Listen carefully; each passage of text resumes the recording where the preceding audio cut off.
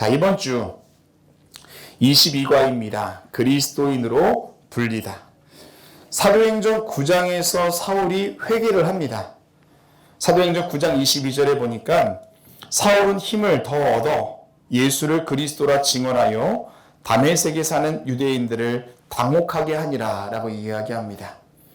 예수님과 가장 반대편에 있던 사람이 예수 그리스도를 믿었더니 유대인들이 당혹했다라고 이야기하죠. 그 유대인들은 그런 사도 바울을 죽이려고 합니다. 결국에 사도 바울이 예루살렘에서 사도들 제자들과 함께 어울려 있었으나 또다시 유대인들, 특별히 헬라파 유대인들의 충동 때문에 결국 다소, 그의 고향으로 도망을 가죠. 그 다소에 가서 약 7년에서 10년간 머물러 있었습니다. 근데 성경에서는 다소에 있던 그 기간은 기록하지 않습니다. 그 사이에 베드로와 고넬료의 만남이 있었고, 그리고 오늘 본문에서 비로소 안디옥에서 바나바에 의해 사도 바울이 안디옥까지 오면서 그의 전도 여정이 시작됩니다.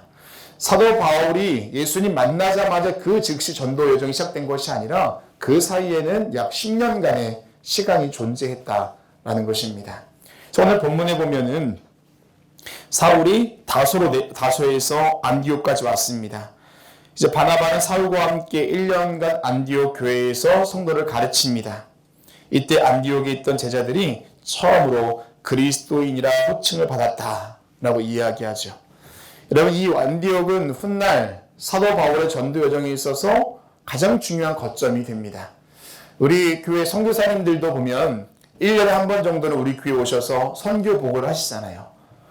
우리 감리교환의 연회라는 것이 있는데 연회에 오셔서 선교 보고를 하시고 또 우리 교회 선교 보고를 하시는데 당시에 안디옥이 사도 바울에 있어서 그런 곳이었습니다.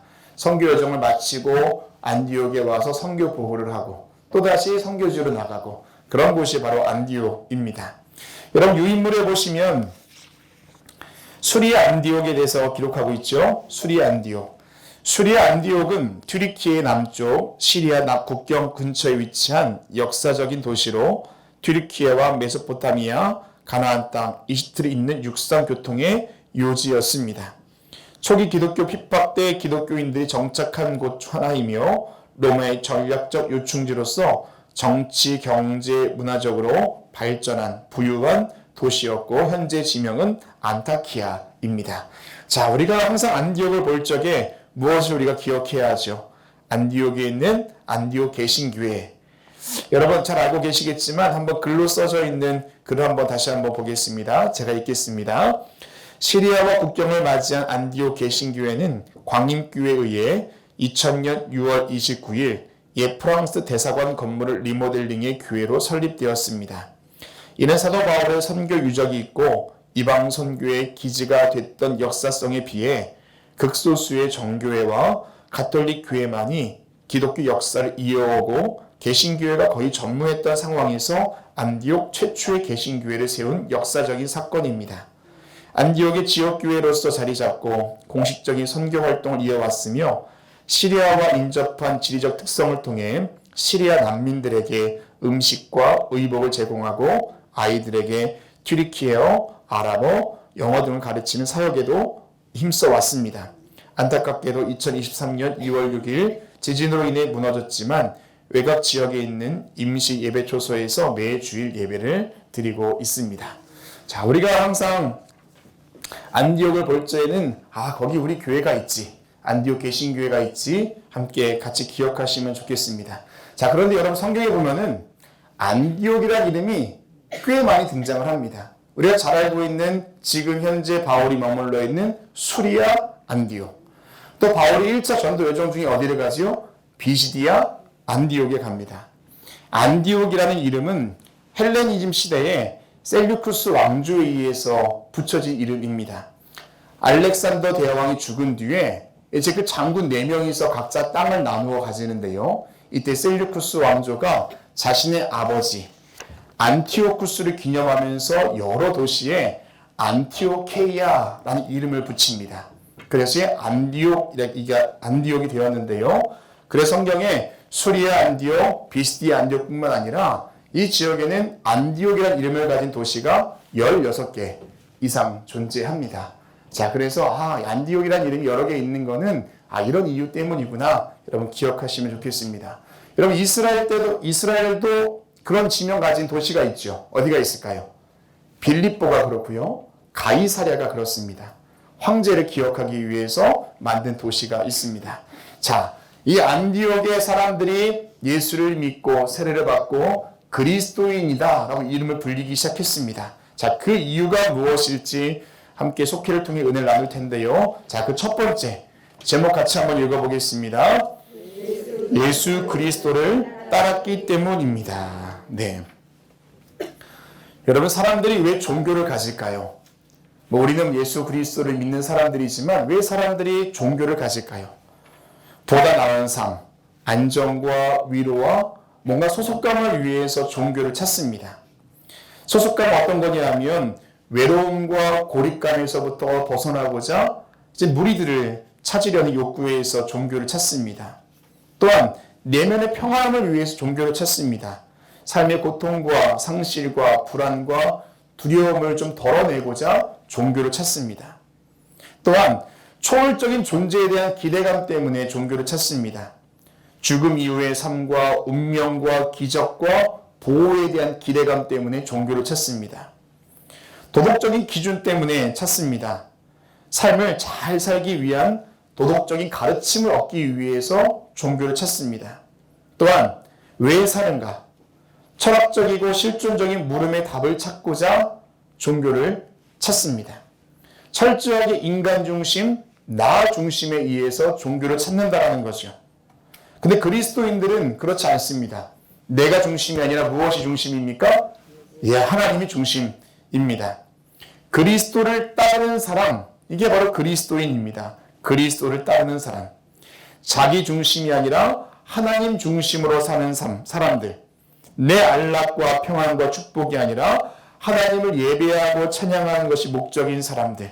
내가 원하는 바를 이루기 위해 신을 찾는 것이 아니라 하나님의 뜻이 내 삶에 이루어지기 위해서 하나님을 찾는 사람들이 바로 그리스도인들이라는 것입니다. 여러분, 당시에 그리스도인 어떤 의미에서 붙여졌습니까? 우리 교환에 나와 있습니다. 이방인들은요, 예수님의 제자들 그리고 그 그리스도인들을 처음에는 조롱하고자 그리스도인이라고 불렀습니다. 왜냐하면 그들이 믿고 있는 그 하나님은 누구입니까? 예수 그리스도는 누구세요? 바로 허무하고 가장 비참하게 십자가에 죽은 인물입니다. 그러하기에 그를 따르는 무리를 사람들은 그리스도인, 놀리려고 맨 처음에 그리스도인이라고 불렀습니다. 여러분, 유인물에 보시면 우리 존 웨슬리의 글이 나와 있거든요. 우리 같이 한번 읽어보겠습니다. 유인물에 나와 있는 우리 존 웨슬리의 글을 같이 읽어보겠습니다. 거룩함은 진정한 그리스도인의 본질이다. 그리스도인은 단지 예수를 믿는 자가 아니라 그분의 삶을 따르고 거룩함을 이루려는 자들입니다. 그리스도를 따른다는 것은 예수님처럼 낮아지고 섬기며 용서하고 십자가를 지는 삶입니다.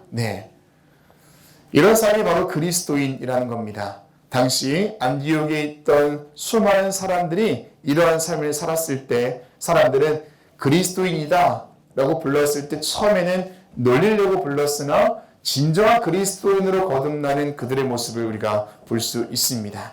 사랑하는 여러분, 저와 여러분도 그리스도인이라 할 때 예수님의 삶을 늘 따를 수 있는 그런 믿음의 결단이 함께 하시기를 주님의 이름으로 축원합니다. 자, 두 번째 같이 읽어보겠습니다. 예수님의 이름으로 모였기 때문입니다. 예수님의 이름으로 모였기 때문입니다. 안디옥 교회는 예수님의 이름으로 모여서 말씀을 가르쳤고 또 말씀을 배웠습니다. 예수님의 이름으로 모였다는 것은 그 공동체 교회의 주인이 바로 예수님, 그 공동체의 머리가 예수님이라는 것을 우리에게 알려줍니다. 처음에는 아까 말씀드린 것처럼 이방인들이 조롱하기 위해서 그리스도인이라고 불렀지만 훗날에는요, 안디옥 교회의 성도들이 자신의 정체성을 위해서 그리스도인이라고 불렀습니다. 여러분, 사도 바울이 가는 곳곳마다 편지를 쓰잖아요. 근데 그가 보낸 그 서신서의 가장 첫 번째 보면 뭐라고 써있냐면 그리스도로부터 사도된 나 바울은 항상 이렇게 자신이 누구인지에 대해서 밝힙니다. 마찬가지로 안디옥에 있던 교회 성도들 또한 마찬가지로 우린 그리스도인입니다. 예수 그리스도의 이름으로 모인 무리들입니다라는 것을 항상 밝혔습니다. 자, 여러분, 그렇다면 예수님의 이름으로 모이지 않는 그런 공동체는 어떤 공동체일까요? 물론 신앙 공동체이긴 공동체예요. 같이 교회 안에서 속회로 선교회로 모이는 무리들이지만 그 공동체이지만 예수 그리스도가 빠진 공동체 어떤 공동체일까요? 그 특징이 뭐냐 하면 그 첫 번째는 인간 중심이라는 거죠. 예수님보다 속회 속장이나 지구장이나 리더의 인기에 의해서 모이는 사람, 인간 중심의 공동체, 성령의 인도하심을 구하지 않는 공동체가 예수 그리스도의 이름으로 모이지 않는 공동체라는 것입니다. 다시 한번 우리 속회를 돌아보고, 그치, 우리 속회는 내가 중심이 아니고 사람의 중심이 아니고 형식과 유익이 중심이 아니라 하나님이 중심인 공동체지라는 것을 점검할 수 있기를 바랍니다. 자, 여러분, 나눠드린 유인물에 보시면 존 스토트의 글이 나와 있습니다. 같이 한번 읽어보겠습니다. 초대교회는 건물이 없었지만 예수의 이름 안에 있었기에 가장 강력한 교회였다라고 말했습니다. 오늘날 우리의 모임은 어떻습니까? 모임의 중심에 내 이름이, 내 뜻이, 내 자리가 자리 잡고 있는 것 아닌가 늘 점검해야 합니다. 여러분, 이렇게 한번 호렙산을 보내면서 또 상반기를 마무리하면서 여러분의 속회를 한번 점검할 수 있기를 주님의 이름으로 부탁드립니다. 자, 마지막 세 번째 같이 읽겠습니다. 예수님 안에서 하나가 되었기 때문입니다. 아멘. 안디옥 교회는요, 처음에는 이방인과 유대인들이 함께 예배드리는 공동체였습니다. 오늘 말씀에도 보시면 처음에는 유대인들에게만 전했지만 헬라인들이 예수를 믿기 시작했고 함께 모였습니다. 여러분, 사실 바나바와 바울 또한 출신이 다릅니다. 바울의 고향은 다소였고, 그리고 바나바의 고향은 구브로입니다. 성격 또한 달랐죠. 얼마나 달랐으면 1차 전도여정 마치고 2차 나갈 때 어땠습니까? 성경에 보니까 이렇게 써 있어요. 사도행전 15장 39절에 서로 심히 다투어 피차 갈라서니. 인간적이죠. 그렇죠? 이렇게 달랐던 사람입니다. 달랐던 사람도 함께 교회를 감당하고 주일들 했습니다. 나중에 보면은요, 궁금하잖아요. 이 바나바와 바울이 어떻게 됐는지. 성경을 정확하게 기록하지 않지만, 디모데후서 4장에 보면은 사실 그 둘이 갈라선 이유가 누구 때문입니까? 마가 요한 때문이거든요. 근데 사도 바울의 마지막에 뭐라고 쓰여 있냐면, 마가를 데리고 오라. 그가 나의 일에 유익하니라 라고 이야기합니다. 그렇게 사도 바울이 마가를 데려가지 않으려고 안간힘 썼지만 결국에는 마가 또한 또 바나바 또한 사도 바울과 함께 했구나라는 것을 우리가 짐작할 수가 있습니다. 여러분, 교회는 완전한 사람들이 모이는 완벽한 공동체가 아닙니다. 인정하시죠? 교회는 불완전한 공동체입니다. 죄인들이 모이는 공동체라는 겁니다. 속회분가에 보면은 1890년 후반 강화도 북단에 있었던 홍이마을에 대해서 이야기해 주거든요. 홍이마을은 강화도에 세운 두 번째 교회입니다. 첫 번째 교회 어떤 교회죠? 교산교회. 교산교회가 어떤 교회입니까? 우리 지난번에 한번 말씀 나누었죠. 당시 인천 내립교회 초석이 되었던 객군 교인들이 있다고 그랬잖아요. 객군 교인들이 있었는데 그 객군 교인 중에 2명만이 교회에 남았습니다. 이제 걔가 망하고요. 그 중에 한 사람이 세례를 받으려고 하는데 저는 세례 받을 수 없습니다. 이유는 두 가지였습니다. 저는 술 파는 사람입니다. 또 하나는 제 어머니가 아직 세례를 받지 않았기에 제가 먼저 받을 수 없습니다. 그래서 그 사람이 강화도에 사시는 어머니에게 세례를 주고자 존스 선교사님을 모시고 이제 배를 타고 강화도로 들어가는데 그 강화도에 있던 김초시라는 여자가 이를 방해하죠. 그래서 결국에는 강화도에 가지 못하고 어머니를 배에 태워서 배에서 세례를 줍니다. 자, 그렇게 해서 첫 번째 세운 교회가 교산교회예요. 존수 선교사님에 의해 세워진 교회입니다. 자, 그런데 여러분, 그 김초호 씨라는 분이 어떻게 되었을까요? 김초호 씨라는 분이 결국 예수를 믿게 돼요. 그 이름을 김상임으로 바꿉니다. 그리고 전도사가 돼요. 전도사가 돼서 당시 홍의마을의 훈장이었던 박능일이라는 사람을 전도합니다. 그 박능일이라는 사람이 훈장이었어요. 그래서 그 서당을 예배당으로 바꾸면서 홍익교회라는 두 번째 교회가 생기기 시작합니다. 자, 그렇게 예수 믿는 사람들이 그 홍의마을에 늘어나기 시작하고 강화도에 복음이 시작됐는데, 이때 예수를 믿는 사람들이 어떤 일을 했냐면 자신의 이름을 개명하기 시작했습니다. 여러분, 신앙적으로 보자면 천주교회와 매우 비슷하죠. 자, 천주교회 거기 있는 교인들은 어떻게 합니까? 이름을 서양 이름으로 바꿔요. 그렇죠? 뭐 베네딕트, 또 뭐 등등 이제 서양 이름 바꾸지만, 이 강화도에 있는 그 홍의마을에 있던 그 홍익교회 그리고 성도들은 우리는 한국식으로 이름을 바꾸자. 그렇게 해서 이름을 바꾸기 시작합니다. 비록 집안은 다르지만 한날 한시에 세례를 받아 한 형제가 되었다라는 의미로 이름 끝에 이를 붙입니다. 성은 그대로 따라가고요. 마지막 이를 붙입니다. 자, 그리고 가운데는 뭐라고 했냐면 믿을 신, 사랑의, 능력 능, 은혜 은, 은혜해, 충성 춘, 거룩한 성, 바랄 희, 받을 뽕, 착한 순 등등 이제 글자를 주머니에 넣어서 사람들이 와서 제비를 뽑았어요. 그래서 이름을 정했습니다. 그래서 가운데 자는 이렇게 뽑고 성은 그대로 쓰고 마지막은 일자로 붙였어요. 자, 아까 말씀드렸던 그 박능일이라는 훈장 또한 바꾼 이름입니다. 능력 능의 한 일자에서 박능일. 자, 사람들이 그렇게 계명을 하기 시작했습니다. 자, 그렇게 이름까지 계명한 성도 중에 권능일, 권해일이라는 사람이 성모도로 가서 복음을 전했고, 또 훈장 박능일은 강화읍에 가서 복음을 전했습니다. 훗날 강화 초기 역사에 보면 각 지역마다 교회가 생기어 그 첫 성도들의 이름을 기록하는데, 강화읍교회 김봉일, 건평교회 정천일, 망월교회 노권일, 삼산교회 윤정일 등등의 60명의 사람이 일자 돌림으로 이름을 다 바꾼 기록들이 있습니다.